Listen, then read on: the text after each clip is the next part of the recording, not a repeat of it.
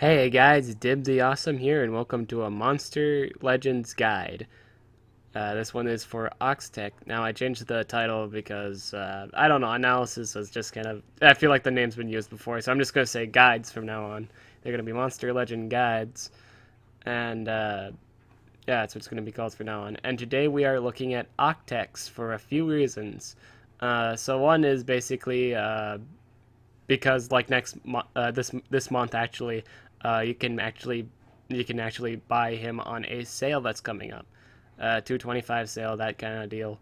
Hopefully it's 225. I hope they sell it for that much, because they're selling all the monsters that couldn't be sold before. Like they're selling the maze ones, they're selling the futuristic ones, they're selling the fossil island ones, and where so you can get like osteoclast or uh, any monsters you missed out on that you couldn't get because you didn't do the island, you didn't participate in it at all, or you just came in late. So yeah, you can get it now. And I kind of want to do analysis on this guy because I'm actually having the future idea. I'm gonna buy one of these and melt one down. Well, I actually one or two of them, so I can upgrade them. I think that's what I was gonna do. One or two. One of the two. One of the two. I'm gonna do that, uh, because because the stats are better, and I have 50 cells already, so I wouldn't see why not to do so. Well, maybe I'm debating on it still. I'm gonna do it eventually. I'm just thinking about it. But yeah, that's why I wanted to do an analysis on him, simply because I think he's one of the better ones that you couldn't really get before without completing the whole progression island on the futuristic map. And the futuristic map was okay. There was a lot of okay monsters. Like there was the popular Master Skill. You could get that. You could get Dr. Hazard. I don't know if people use him anymore, but yeah, he was there. And then you could get like the Mechamancer and this guy. And this guy was the last. There's good reasons why he was the last because his moves are pretty great. Alright, so looking into his power is 3,575. That's a really high power. It's probably one of the higher ones in the metal monster category. Monster metal category. His life is sitting at 26,540. It's a pretty good. That's a pretty good life for an attacker. I mean, like it's in the middle. Most people complain that attacker's life is kind of like nah. Well, like if it's not like if it's 21k or 22k, it's not worth using. So say the people. But honestly, so your main objective is actually not to have your attacker ever get hurt. You gotta sustain that attacker. So life, in my opinion, life as long as you keep it alive, life has no meaning for an attacker. So as long as you keep it alive, your main goal is to keep it alive. If you're worried about it dying, just give it a life room. Give it 2 powers and a life, or power, strength, life, and a speed. Yeah, or a strength and 2 speeds if you're worried about it getting KO'd. So yeah, that's my philosophy on it. You should never be letting your attacker get hurt at all or whatever. You gotta defend it. You gotta protect it, because your attacker is everything. The speed is 3,388. Might be actually slower than most metal monsters. I mean, it's not the highest. It's probably in the middle or lower end. Uh, and it's a metal. Like I said, it's a metal monster. It's a special one. It's a legendary. Uh, Here are its forms as a baby, teenager, and adult. It needs a legendary thing. So, yeah, all that basic stuff. Alright, its ultimate eradication code. This is a good one. So it damages everybody. Does that whole magnetizing deal. It's better in my opinion, it's better for an ult, because then you don't have to like waste a move slot for magnetism and stuff like that. And it also causes burning. That's what I like the most. It causes burning, so that's really good. If you actually get this on the first turn, then they're pretty much dead. They're gonna die. They're gonna die because the magnetism is great and it works with all of his other kit. And he's pretty much anti-Timuron. I like to add that he's anti-Timuron, and I'll show you in his kit. Alright, so the first few moves, not impressive, not worth using. Carrying on, Octalia Charge. Deals heavy damage, heavy special damage, and it gains a damage boost. So this is pretty good. It basically functions like the whole magnetism thing. except like you can do it for every. I mean, like it's a self buff. Like it's the same equivalent of like being super effective damage. I think that's the case.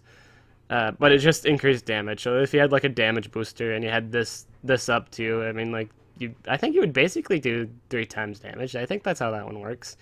I mean, like it's 25. I mean, 50. Well, I guess it's 50 power less than. I mean, double damage is 200%. You'd be at 150% at that point. So a little bit under triple damage. Uh, Magnetic plasma.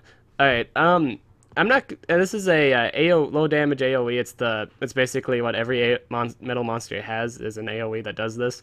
I'm not gonna recommend you run it because they're. Yeah, I mean, like it's not. In my opinion, it's not worth just setting it up. You do. I mean, like with the 45 damage, that's all you really need. You don't need to. Like how do they say? You don't need to show out like overshow it. Like do it quickly and get it done with. So I wouldn't recommend magnetism.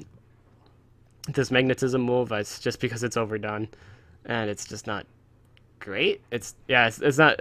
If you take more time to kill something, that means you've done something wrong at that point.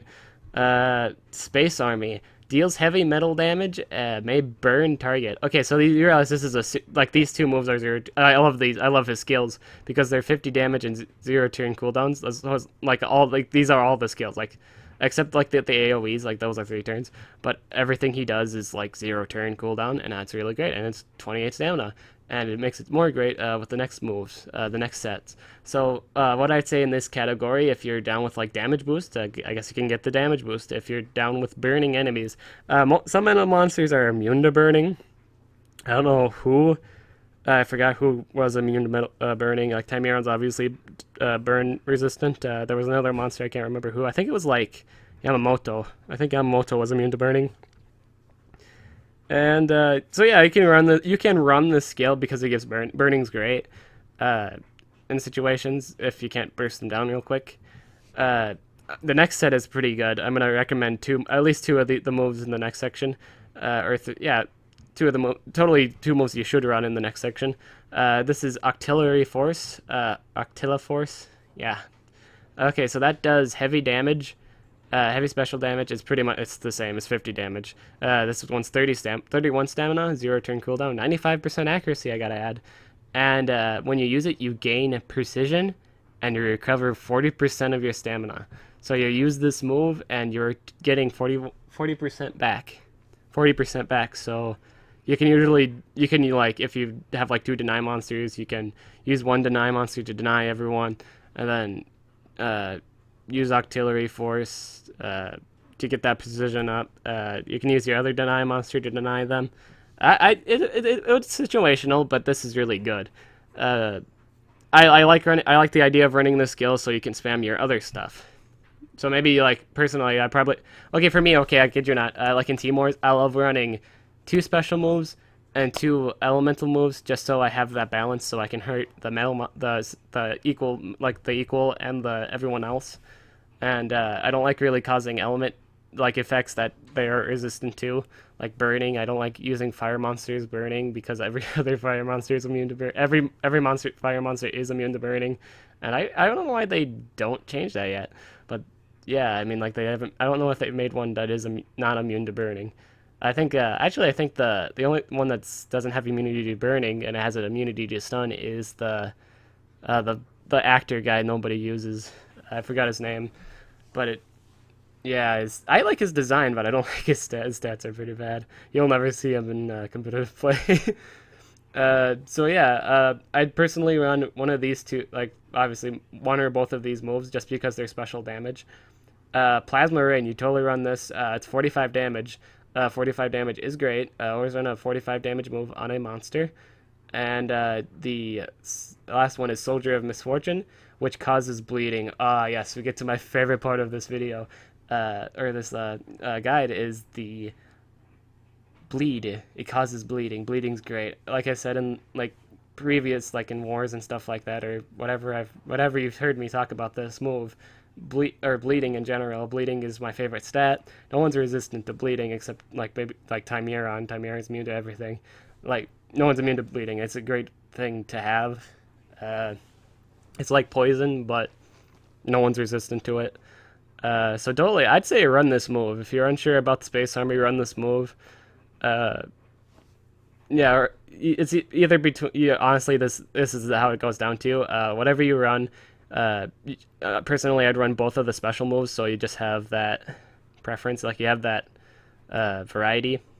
And then I'd run Plasma Rain and either Space Army for like burning if you're okay with like having some monsters resist burning.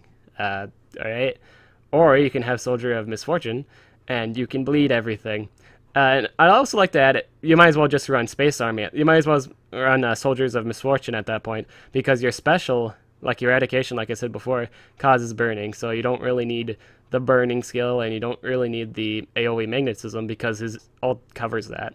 I know it's like, chance that you get, like, the chance of you getting this isn't high in PvP, but if you do get it, then you're set. This guy does a lot of damage.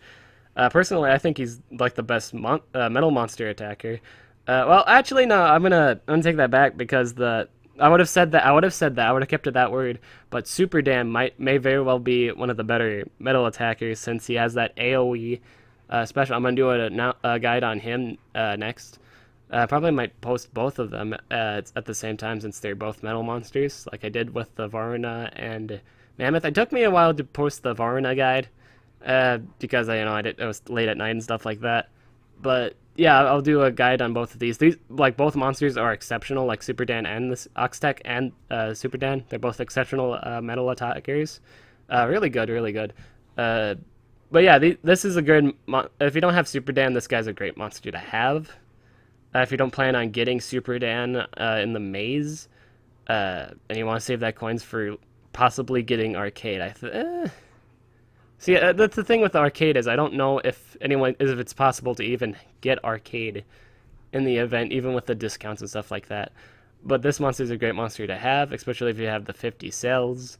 You can, save up a shit ton of Electrium to rank him up if you just want to get one and just save all your Electrium. It's going to take you a lot of Electrium. Electrium's like, you probably get like, there's 2 in a dungeon each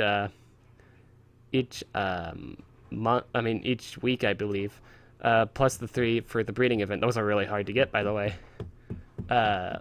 So it's really hard you have to grind up a lot of plain cells, and that's that's one of the problems with the soul cell deal. I'll bring it up I'm gonna make a cell donation or cell video about cells and how they're important, and just in general how much of a pain in the ass it is to get them. Yeah, I'll explain that in the cell donation video. If I never had done it in the cell thing, let me know, and I'd probably put it in the comments and my thoughts on it. I'd also like to add his trait is hardened. I don't think really any other metal monster has this trait. I think maybe 1 or 2 other metal monsters has this. Personally, I don't like hardened, I don't like hard. I honestly prefer a full immunity to something than like 20% like immunity to everything else. I mean, like, chance of it applying. I just think it's better to have immunity than chance of missing, because you're relying on chance at that point. Because you're relying on a 20% chance that it misses you, and I know AoEs don't really hit much to begin with, but it's good for avoiding AoEs that cause effects, I guess, like the egg eaters burn and blind thing. But again, that's chance. You might very well just get hit with both of them anyway. So yeah, that's my thoughts on it. Great attacker, especially if you have him upgraded. I'll show you his upgraded stats real quick. 105. This guy's got a really high attack at that point. His life's pretty great, pretty moderate. It's a little bit higher than moderate, and his speed's pretty high too. So he'll be able to outrun things like Timeron, maybe. I don't know. Or he'll be able to outrun some things like that aren't running full speed runes, or anything that's running full speed runes actually. Yeah. So as long as they're running 1 or 2 or more, you'll be able to outpace them. It's a really good monster in my opinion. So I'm gonna actually be doing the Super Dan next, and yeah, I'll go ahead and see that one too. I'll put a link into the descriptions about him. Again, great monster. Get him in the event of who like the new monsters like that you couldn't get before. Get him if you buy gems. Get him. He's a great monster. You probably have the 50 cells if you did the Spirit Nature event or the Force of Nature elements again. If you did the Force of Nature event, you should have 50 cells. I mean, if you got all the monsters, you should have 50 cells. And this is a really nice monster to upgrade, simply because he does a lot of damage. He can do a lot, and he never tires. He can just attack forever. He's got good stamina sustainability, and he's just great. All right, thank you very much for watching. I'll catch you guys later.